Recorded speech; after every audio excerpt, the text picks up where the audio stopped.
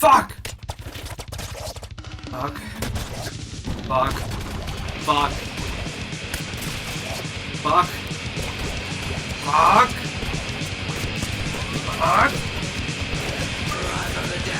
Fuck. Fuck. Fuck. Fuck!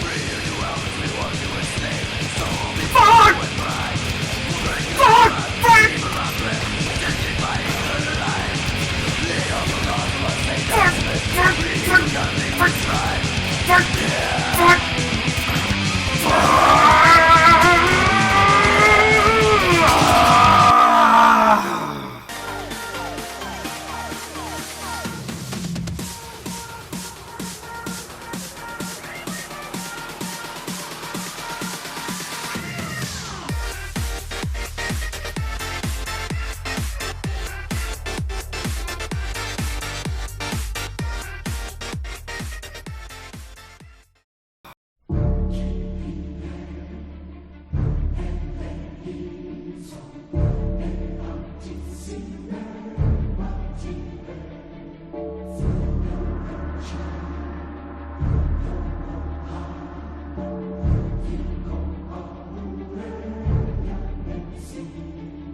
Clearly the most powerful, random shifts in shapes.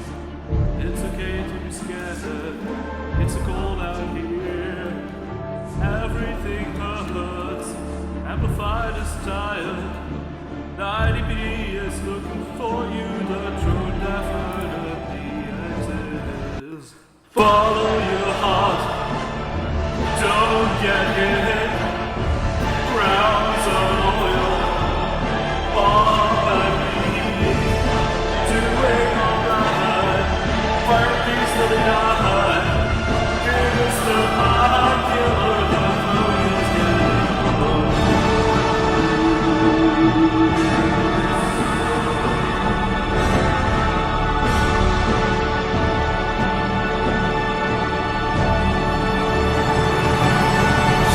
now. Thank you! Thank you! Thank you! Wait, is that a grenade? Time to restart.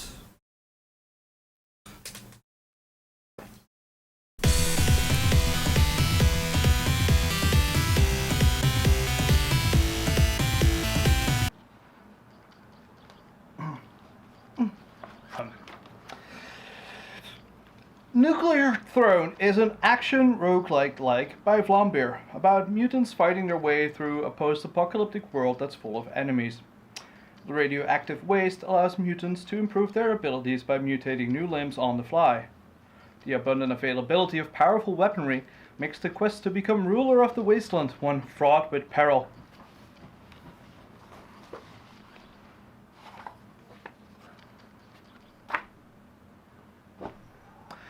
That's what the Nuclear Throne wiki says.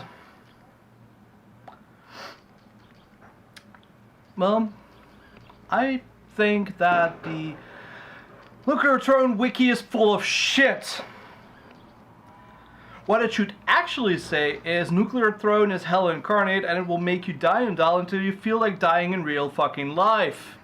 Fuck, this game is hard. It's so hard that it can be used to impregnate a rhino. It's so hard that even Saitama can beat it with one punch. It's so hard I almost quit this game. It's so hard I now understand why Gamergate hates Rami, one of the creators of this concrete dump of hell and pain and torture. Ladies and gentlemen, this is Nuclear Throne. Nuclear Throne is a game developed by Vlambeer Studios, a Dutch indie developer.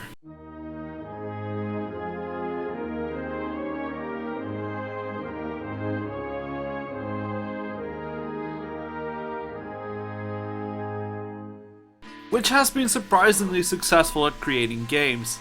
The game is due to release very soon, and to get the ball rolling, Rami Ismail of Vlambeer asked me to complete a very special challenge in this game. But more about that soon. In Nuclear Throne, you are one of 12 mutants that have survived the wasteland thus far, and you are on your way to find the Nuclear Throne. While there is no official lore in the game yet, Developers have given away the story in streams or on the forum. It is said that the destroyed world can be restored by sitting on the nuclear throne. All of the mutants in this game are willing to undertake this journey, and while there's no proof of this throne actually existing, they believe that each portal will bring them closer to it. So onwards to adventure.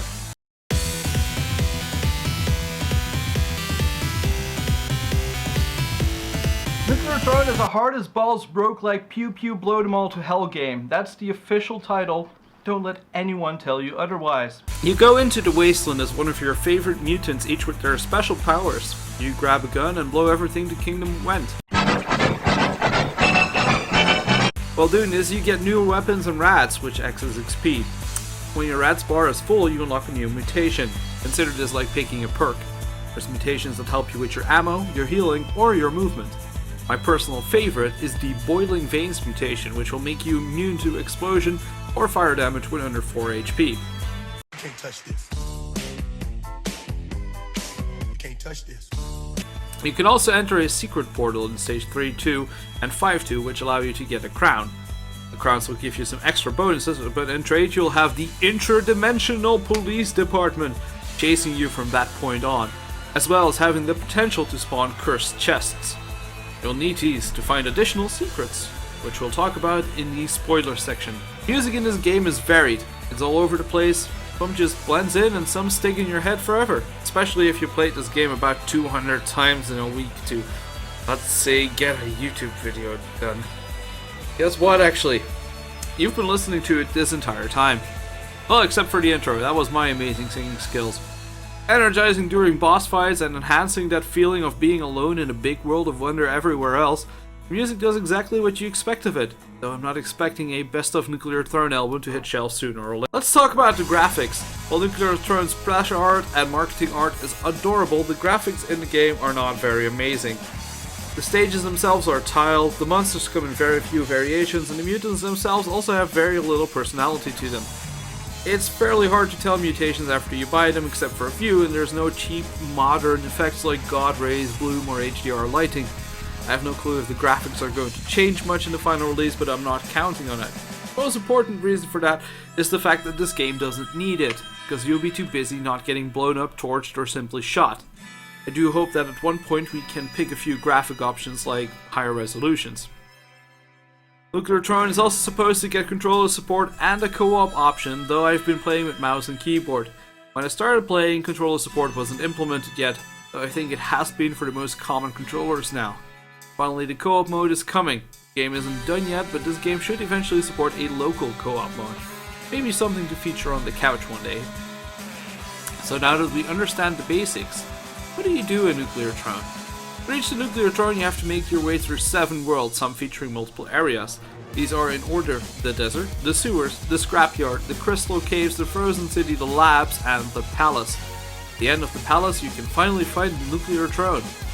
There's also a few hidden stages, which we'll talk about in the spoiler section after the challenge.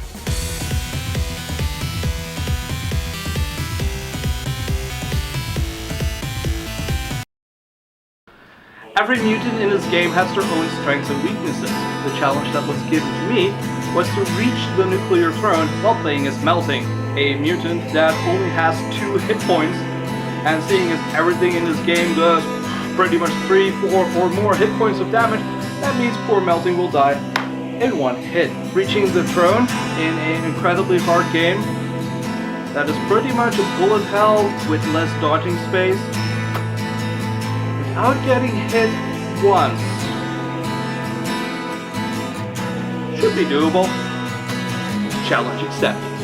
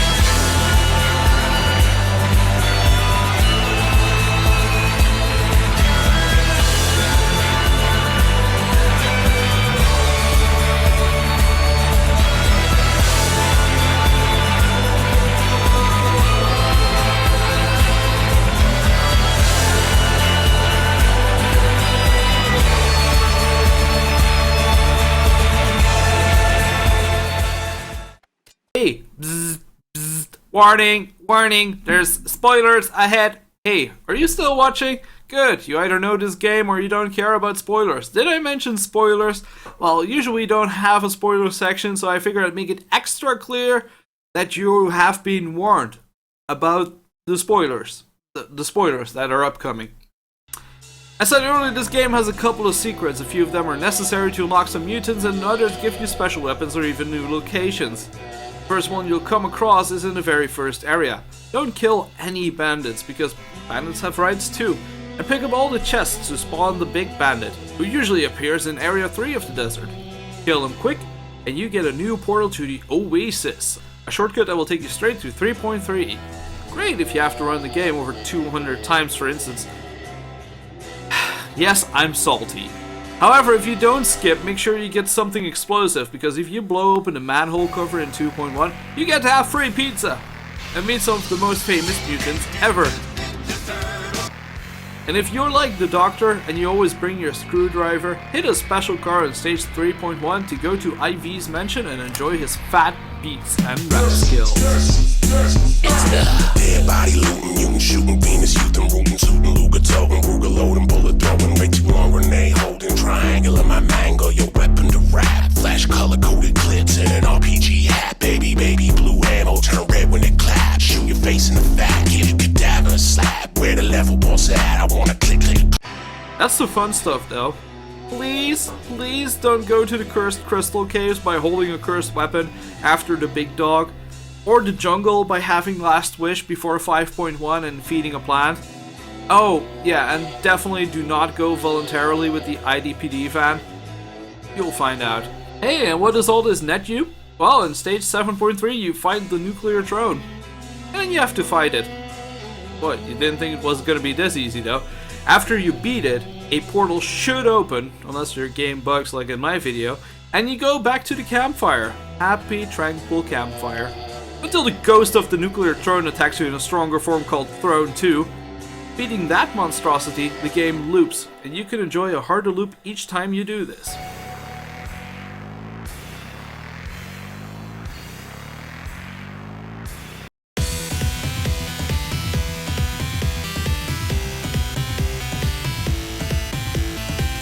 Nuclear Throne has 12 characters, 14 if you count special characters, 15 crowns, 8 secret levels, 90 weapons, 12 golden weapons, 6 ultra weapons. Every weapon has a cursed counterpart, about 50 mutations offering thousands of possibilities, 3 potential final bosses, and one hell of a difficulty curve.